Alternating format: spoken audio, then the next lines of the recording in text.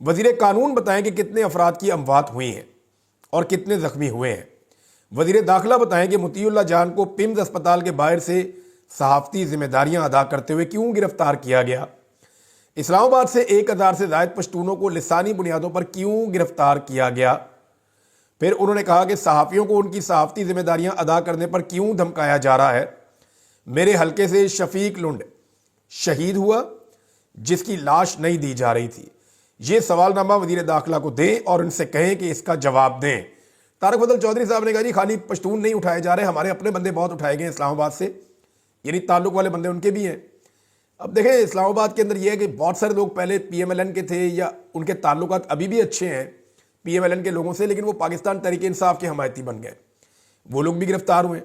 وہ کہہ رہے ہیں جی ہمارے بھی لوگ گرفتار ہیں، ان کو چھڑانے کے لیے ہم کوششیں کر رہے ہیں۔ اب پولیس کو تو نمبر پورا کرنا ہے، پولیس کو بتایا وہ جی اتنے بندے آپ نے پکڑنے ہیں اور اتنے آپ نے پشتون پکڑنے ہیں، وہ دڑا دڑ پکڑ کے بند کری جا رہے ہیں۔ اب اس میں وہ یہ بھی نہیں دیکھ رہے کہ بندہ ہم کس کا پکڑ رہے ہیں، بے شمار بے گناہ لوگ جو ہیں پولیس نے گرفتار کر لیے ہیں۔ بہرحال یہ آواز اٹھائی ہے درتاج گل وزیر صاحبہ نے، تو پہلی قانونی نقطۂ نظر سے ایک لیگل فورم کو استعمال کیا ہے۔ اس کے علاوہ ابھی تک پاکستان تحریک انصاف نے کوئی بھی لیگل فورم استعمال نہیں کیا۔ خیبر پختونخوا ہاؤس کے اوپر جو حملہ ہوا تھا آپ کو یاد ہوگا، جب علی امین گنڈا پور صاحب کے ساتھ اکتوبر میں واقعہ ہوا تھا، تو اس پہ خیبر پختونخوا کی حکومت نے فیصلہ کیا کہ آئی جی اسلام آباد سمیت 600 پولیس اہلکاروں پر مقدمہ درج کروایا جائے گا۔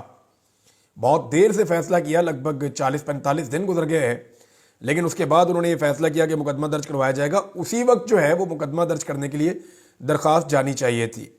ناظرین، پاکستان میں حکومت نے ایک نیا ریکارڈ لگا دیا ہے، اور یہ ریکارڈ میں آپ کو پڑھ کے سناتا ہوں، آپ حیران ہو جائیں گے کہ پاکستان اکتوبر میں سب سے کم انٹرنیٹ رفتار والے ملکوں میں شامل ہو گیا۔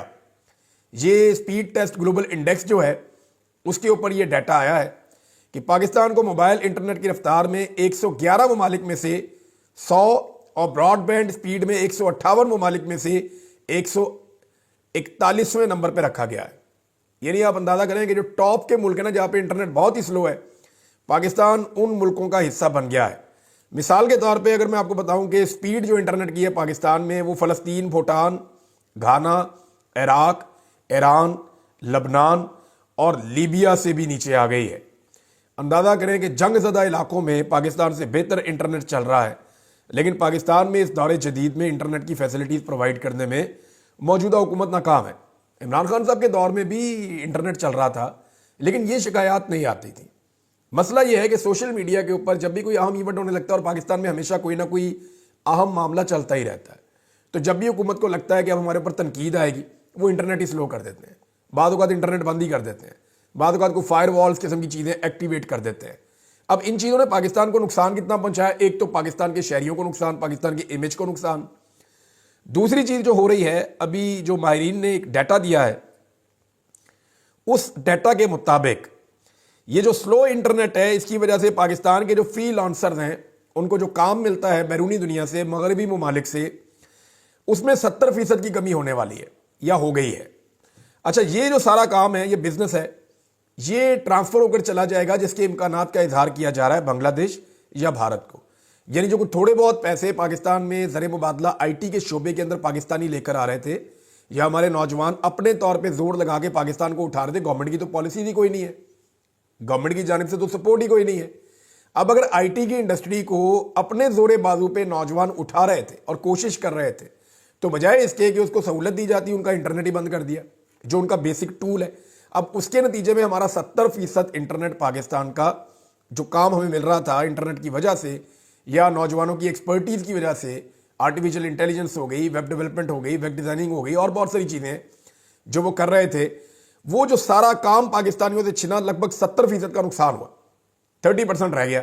وہ 70% جائے گا کہاں؟ اگر پاکستان کے اندر یہ انٹرنیٹ بحال نہیں ہوتا تو وہ انڈیا جائے گا یا بنگلہ دیش جائے گا، ہمارے کلائنٹس وہاں چلے جائیں گے، ہمارے نوجوان جو ہیں ان کی آمدن میں کمی ہو جائے گی، اور اس کا الٹیمیٹ نقصان جو ہے وہ پاکستان کو بھی ہوگا۔ ایک اور ناظرین، چیف جسٹس آف پاکستان نے دعویٰ کیا اور انہوں نے بڑی امپورٹنٹ بات کی۔